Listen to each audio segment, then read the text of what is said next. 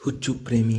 ತಮಾಷೆಯಿಂದ ಶುರುವಾದ ನಮ್ಮಿಬ್ಬರ ಪ್ರೀತಿ ಪ್ರೇಮ ಮದುವೆಗೆ ಮನೆಯಲ್ಲಿ ಒಪ್ಪಿಸಲು ಪಟ್ಟ ಫಜೀತಿ ಅಯ್ಯೋ ರಾಮ. ಇದು ನನ್ನ 10 ವರ್ಷದ ಹಿಂದಿನ ಕತೆ. ನಾನು ಡ್ಯಾನ್ಸ್ ಕ್ಲಾಸ್ಗೆ ಸೇರಿದ್ದೆ. ಅಲ್ಲಿ ಅವಳು ಬರುತ್ತಿದ್ದಳು. ಮೊದಲು ನಾವು ಅಷ್ಟೇನೂ ಮಾತನಾಡುತ್ತಿರಲಿಲ್ಲ. ಮೊದಲು ನನಗೆ ಅವರ ಅಕ್ಕ ಪರಿಚಯವಾದರು. ಡ್ಯಾನ್ಸ್ ಕ್ಲಾಸ್ನಲ್ಲಿ ನನಗೆ ಬೇರೆ ಒಂದು ಹುಡುಗಿಯ ಜೊತೆ ಮನಸ್ತಾಪವಾಗಿತ್ತು. ಅದನ್ನು ಅವರ ಅಕ್ಕ ಹತ್ತಿರ ಹೇಳುತ್ತಾ ನಾನು ಬರುತ್ತಿದ್ದೆ.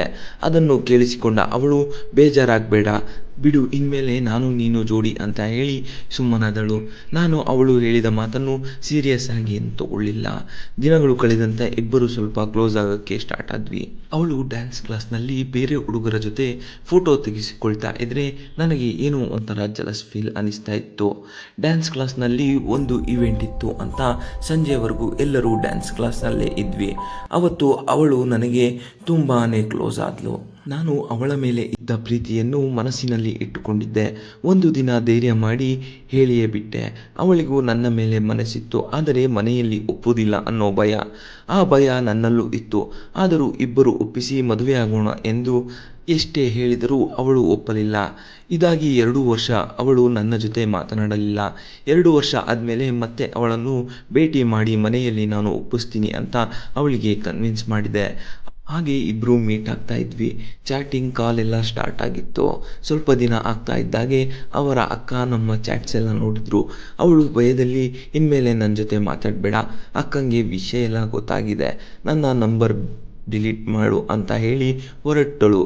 ಮಾರನೇ ದಿನ ಹೋಳಿ ಹಬ್ಬ ಇತ್ತು. ನೀನು ಹೋಗಿ ಹೋಳಿ ಆಡು, ನಾನು ನಿಮ್ಮನೆಯಲ್ಲಿ ಬಂದು ಮಾತಾಡ್ತೀನಿ ಅಂತ ಹೇಳಿ ಅವಳನ್ನು ಕಳಿಸಿದೆ. ಮಾರನೇ ದಿನ ಅವರ ಮನೆಗೆ ಹೋಗಿ ಅವರ ಅಕ್ಕ ಹತ್ರ ಮಾತಾಡಿ ಕನ್ವಿನ್ಸ್ ಮಾಡಿ ಮದುವೆಗೆ ಒಪ್ಪಿಸಿ ಬಂದೆ. ಅವರಕ್ಕ ಇನ್ನೂ ನಿಮಗೆ ಮದುವೆ ಆಗೋಕ್ಕೆ ಟೈಮ್ ಇದೆ, ಮದುವೆ ಟೈಮಲ್ಲಿ ನೋಡೋಣ ಅಂತ ಹೇಳಿದರು. ಅವಳಿಗೆ ನಿಮ್ಮ ಅಕ್ಕನ ಹತ್ರ ಮಾತಾಡಿದೆ, ಅವರು ಒಪ್ಪಿದ್ದಾರೆ ಅಂತ ಹೇಳಿದಾಗ ಅವಳು ನಂಬಲೇ ಇಲ್ಲ. ಅವರ ಅಕ್ಕನೇ ಅವಳ ಹತ್ರ ಮಾತಾಡಿ ಸಮಾಧಾನ ಮಾಡಿದರು. ಹಾಗೆ ನಾವು ಪ್ರೀತಿ ಮಾಡಿ 8 ವರ್ಷ ಕಳೆಯಿತು. ಮನೆಯಲ್ಲಿ ಒಪ್ಪಿಸಿ ಮದುವೆ ಆಗಲೇಬೇಕು ಎಂದು ಇಬ್ಬರು ತೀರ್ಮಾನ ಮಾಡಿದ್ವಿ. ಅವರ ಅಪ್ಪನಿಗೂ ವಿಷಯ ತಿಳಿಸಿದ್ವಿ. ಅವಳಿಗೆ ಅಮ್ಮ ಇರಲಿಲ್ಲ. ಇಬ್ಬರು ಅಕ್ಕಂದಿರು ಅವರ ಅಪ್ಪ ಅವರ ಮನೆಯಲ್ಲಿ ಇದ್ದಿದ್ದು. ಅವರ ಮನೆಯಲ್ಲಿ ಮದುವೆಗೆ ಹೇಗೋ ಒಪ್ಪಿಸಿದ್ವಿ. ನಮ್ಮ ಮನೆಯಲ್ಲಿ ಮಾತನಾಡಿದಾಗ ನಮ್ಮ ಅಮ್ಮ ನಿರಾಕರಿಸಿದ್ರು. ಪ್ರೀತಿಸಿ ಮದುವೆಯಾಗುವುದು ಬೇಡ ತುಂಬಾನೇ ಹೇಳಿದರು.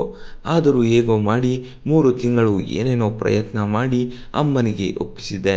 ಅಮ್ಮ ನೀವು ಚೆನ್ನಾಗಿದ್ರೆ ಸಾಕು ಅಂತ ಒಪ್ಪಿದ್ರು. ನನ್ನ ಅಣ್ಣ, ಅಕ್ಕ ಹಾಗೂ ಅತ್ತಿಗೆಗೂ ವಿಷಯ ತಿಳಿಯಿತು. ಅವರು ಒಪ್ಪಿದರು. ಈಗ ನಾವು ಮದುವೆಯಾಗಿ ಮುದ್ದಾದ ಒಬ್ಬಳು ಮಗಳಿದ್ದಾಳೆ. ಇದು ನನ್ನ ಹುಚ್ಚು ಪ್ರೀತಿ.